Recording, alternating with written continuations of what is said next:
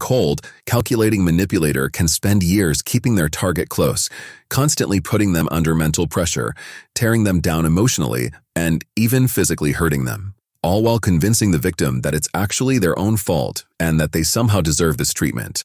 So, what kind of person ends up as that target? Someone who falls for this kind of manipulation. Usually, it's someone who already struggles with low self-esteem, someone who's emotionally vulnerable and easy to influence. Often, these controlling people are what you might call one-target abusers. They pick one person to torment and stick with them for life. Take Rodney and Morgan Metzer. They both grew up in Canton, Georgia, lived just a few blocks apart, and went to the same high school. They met when Morgan was 14 and Rodney had just turned 17. Almost right away, they started a romantic relationship. It was the first serious relationship for both of them, and they thought it would last forever. At first, Rodney was super attentive and affectionate with his younger girlfriend. He brought her gifts, planned surprises, took her on dates to nice places. From the outside, they looked like the perfect couple, and it seemed like their feelings just got stronger over time. Their families didn't really object, though at the start, they figured it was just a teenage thing and they'd grow out of it. In 2009, Rodney officially proposed, and Morgan said yes. She had just turned 21, Rodney was in his mid-20s. They thought they were ready for marriage and starting a family. A year later, they had a big wedding and moved into their own house. It was in a quiet, kinda remote neighborhood on the edge of town, peaceful, scenic, close to nature. They thought it was the perfect spot to raise kids in a calm, safe place. Not long after the wedding, Rodney's personality started changing, but Morgan didn't think much of it. He'd always been a bit possessive and watchful, but she thought that was just his way of showing love. They kept building their life together, making plans, dreaming about having kids. Then, in 2010, tragedy hit the Metzer family. Rodney's younger brother, Kevin, died at 19 after a long, painful fight with leukemia. It was devastating for everyone, but it hit Rodney the hardest. He was completely overwhelmed with grief and couldn't handle the loss. After Kevin died, Rodney became bitter and emotionally unstable. He started having sudden, uncontrollable bursts of anger. Morgan tried really hard to support him, believing that with time, he'd heal and the Rodney she fell in love with would come back. But the more she cared for him and tried to meet his needs, the more demanding he became. He acted childish, picked fights over tiny things, and constantly blamed Morgan for his own frustrations and failures. Even then, she stood by him, explaining away his increasingly weird and unsettling behavior as just part of his deep grief. She kept hoping he'd get better and things would go back to normal. Instead, he got colder and more controlling. Rodney started criticizing Morgan for everything, often for no reason at all. It was like he was using her as a punching bag for his own anger and unhappiness. He became super controlling, setting strict house rules that had to be followed without question, but he was never satisfied and always found a way to blame Morgan. Morgan went way out of her way to please him. She bent over backwards trying to follow every single rule, hoping to keep things peaceful. But the harder she tried, the more bitter and unhappy Rodney seemed to get. Sadly, young Morgan, who had no experience with other relationships and didn't realize things could be different, just put up with it all. For a long time, she didn't tell anyone what was really happening at home. Rodney couldn't handle any criticism. Even the smallest disagreement or Morgan having her own thought could set off a meltdown. She still remembered how romantic things were at the start and kept hoping that version of Rodney would return. In 2011, Morgan got pregnant and they were both thrilled. They excitedly prepared for the baby, setting up the nursery, buying clothes, toys, a stroller, everything. Morgan believed this baby would bring them closer together and that Rodney would finally soften up and become a stable partner again. But that's not what happened. On March 15, 2011, Morgan gave birth to a baby boy. They named him Kevin after Rodney's late brother. But the baby was born premature and had a severe heart condition. He was rushed to the NICU where doctors fought to save him. Despite everything, the baby died 18 days later. The nursery they'd prepared stayed empty, and so did the hearts of the young couple. Later, Morgan said that time was just a blur. She felt like she stepped outside of reality, unable to grasp what was happening. The worst part was that Rodney didn't support her even then. He was completely focused on his own grief and expected her to comfort him. Morgan, once again, made excuses for him, thinking that losing his brother and then his son had just shattered him. However, just 3 months after losing their newborn, Morgan found out she was pregnant again. It was a shock, but it brought hope. When they found out she was having twins, they saw it as a blessing. In April 2012, Morgan gave birth to a healthy daughter and son. This time, the birth went smoothly. Both babies were healthy, and Morgan was soon home with them. Morgan threw herself into taking care of the twins. Her whole world revolved around her son and daughter, but Rodney's attitude towards her didn't change. Despite Morgan's hopes, having the kids they wanted didn't bring peace. The tension in the house only got worse. Rodney was constantly unhappy, impossible to please, and flew off the handle easily. He kept criticizing Morgan and blaming her for everything. That was the first time she started realizing things couldn't go on like this.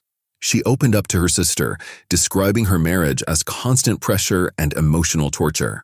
Rodney was a skilled manipulator and basically a tyrant at home. He accused Morgan of living off him, even though she couldn't work because she was caring for the twins full-time. As the only one earning money, he demanded total obedience, not allowing any complaints or discussion. To be fair, Rodney did take on an extra job after the twins were born because they needed the money. He was genuinely worn out, but that didn't excuse how he treated his wife. His difficult personality also meant he couldn't hold jobs down for long, which stopped him from building a career. When the twins got a bit older, Morgan, who had a degree in design and architecture, decided to start her own small business. She began working as an interior designer and quickly got successful, even though Rodney constantly tried to discourage her. From day one, he insisted she wouldn't make it and couldn't earn real money. But Morgan's business took off fast. Her client list grew, and soon she brought her best friend, Nicole, on as her personal assistant and business partner.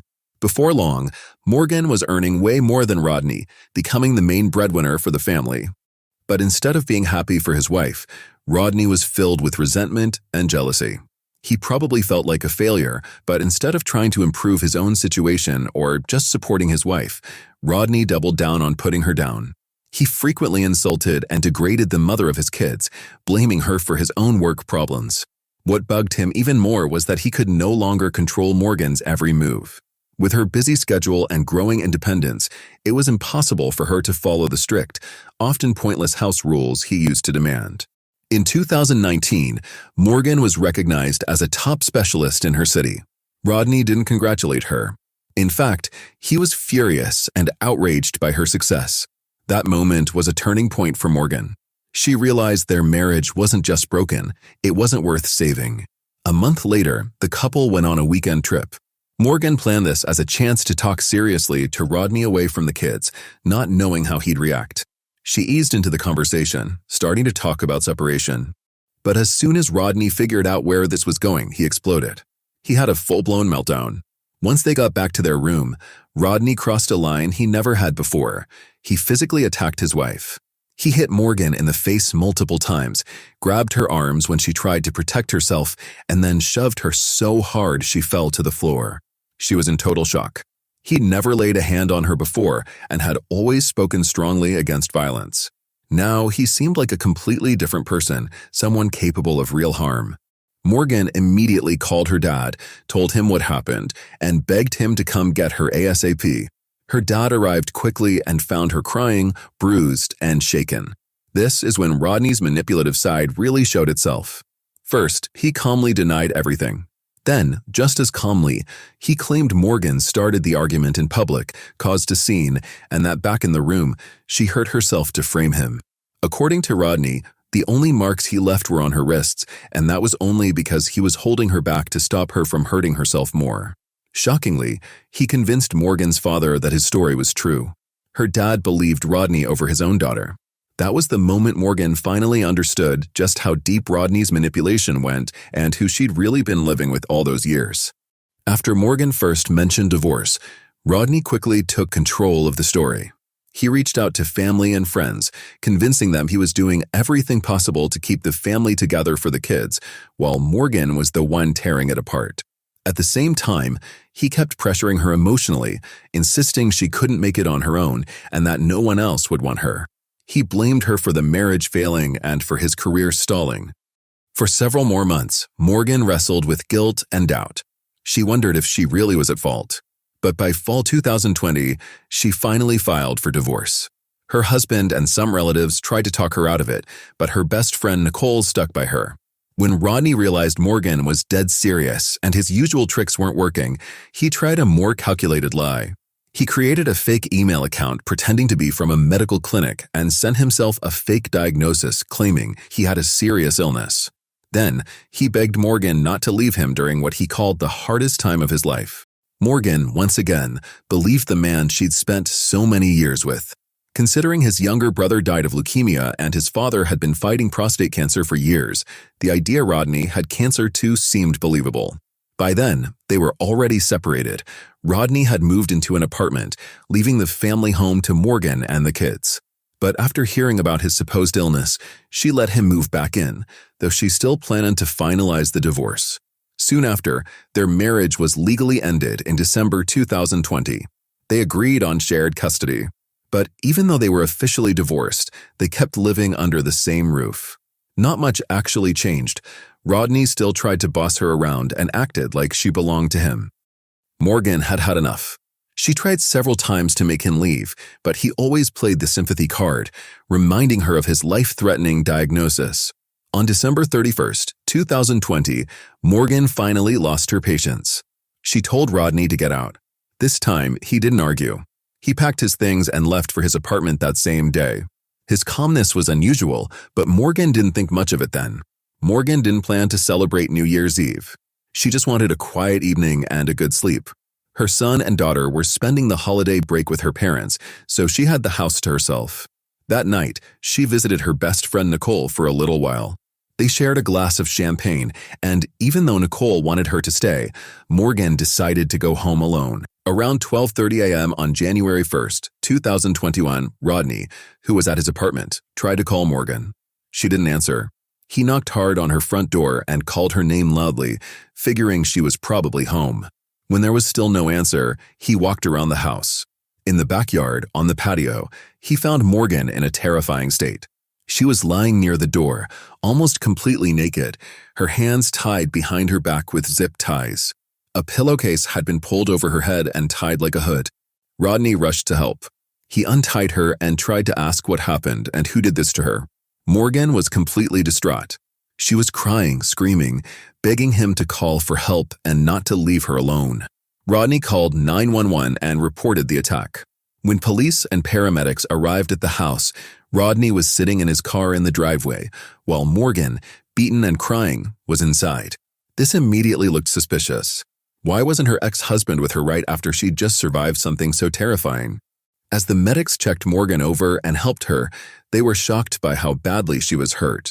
She had a concussion, multiple broken ribs, and severe bruising all over her body. Her face was so swollen her right eye was completely shut.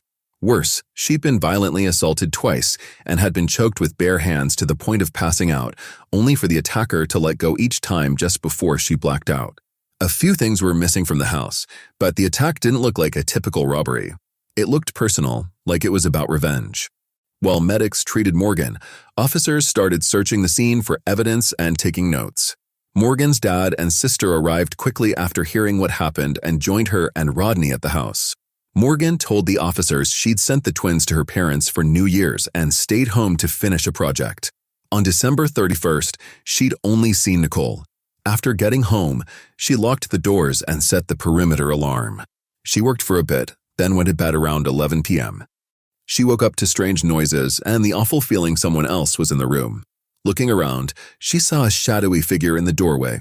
A tall man dressed all in black, wearing a mask that looked like that man's. Suddenly, he pulled out a handgun and pointed it at her.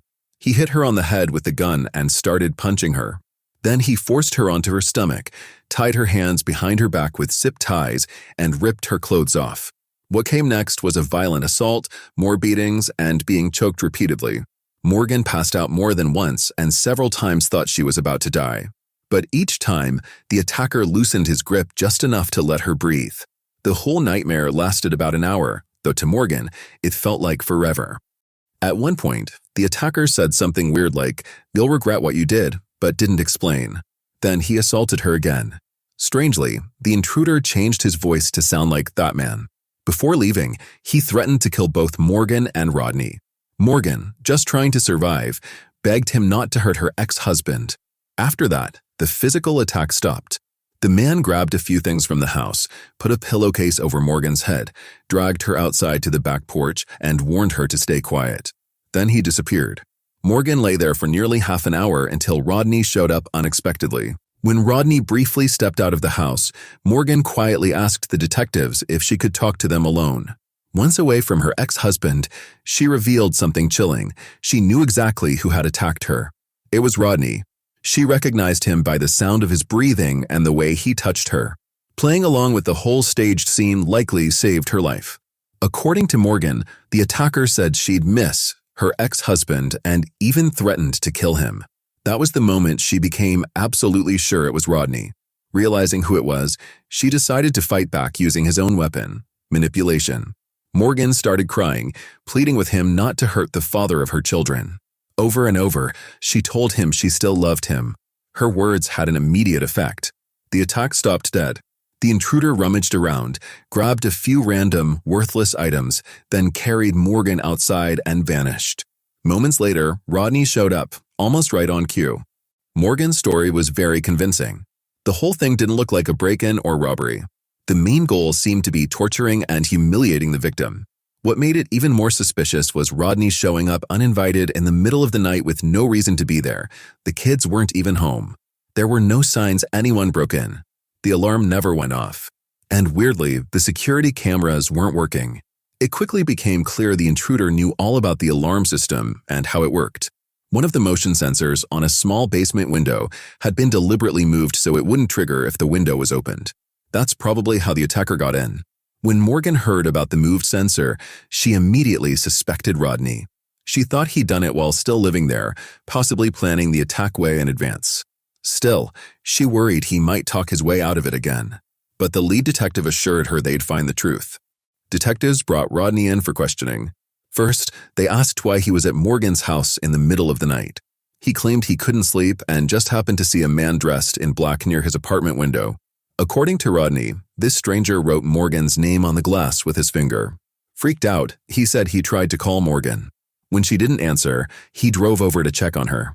But Morgan insisted her phone never rang that night. When police checked Rodney's call logs, there was no record of any calls to her during that time. He was clearly lying, though they didn't have enough solid proof to arrest him yet. However, they did find something creepy on Rodney's phone, tons of photos of Morgan, clearly taken without her knowing. It also turned out he'd hacked into her phone and had been reading her private messages. When detectives told Rodney they suspected he was involved in the attack, he called it ridiculous and immediately accused Morgan of trying to ruin his life. Despite his denials, investigators got a warrant to search his apartment, and what they found made their case stronger. After recovering deleted files from Rodney's laptop, they found dozens of searches about how to strangle someone unconscious without killing them. He'd also searched how to disguise his voice. Inside Rodney's apartment, investigators found a pack of zip ties, identical to the ones used on Morgan. Even creepier, some were woven together to look like makeshift handcuffs, matching what had been used. When confronted with this, Rodney stayed calm and claimed someone must have planted them. He insisted he'd never bought anything like that. Detectives did a thorough search, looking through security footage from every hardware store nearby. It paid off. They found video of Rodney buying those exact zip ties just 3 days before the attack. He paid cash, but his face was clear on camera. They also checked the security footage from Rodney's apartment building. There was no sign of the mysterious figure he described. No one came near his window, no one wrote Morgan's name on the glass. But Rodney himself was seen leaving the building with a duffel bag around midnight. He came back around 3 a.m., changed clothes, and left again. Investigators thought the bag probably held the attack outfit, mask, and the stuff he took from Morgan's house, which were never found. The most disturbing evidence, though, was a goodbye note found in Rodney's stuff. In it, he wrote about his plan to kill Morgan and then himself. But Morgan's unexpected reaction, playing along, giving him hope they might get back together, threw him off. That's what saved her. The evidence they collected was more than enough to arrest Rodney. He was charged with kidnapping, assault, battery, aggravated battery, making threats, burglary, and illegal possession of a firearm found in his car. Still, Rodney denied everything. Using his right to a phone call, he called Morgan. He tried one last manipulation, insisting she'd made a huge mistake and that an innocent man who truly loved her was now in jail. Shockingly, Rodney's emotional hold on Morgan was still strong. The very next day, she came to the police station claiming Rodney could never have done what he was accused of. It's a powerful example of how deep psychological control can get. Despite this, the prosecution had built a rock-solid case. Facing all the overwhelming evidence, Rodney eventually took a plea deal, partially admitting guilt to get a lighter sentence. On August 4, 2021, he was sentenced to 70 years in prison, with the possibility of parole after 25 years. If he's ever released, he'll be under strict supervision for the rest of his life. Thanks for watching. Your support means a lot. You can really help my channel grow by hitting that like button, leaving a comment, and sharing this video.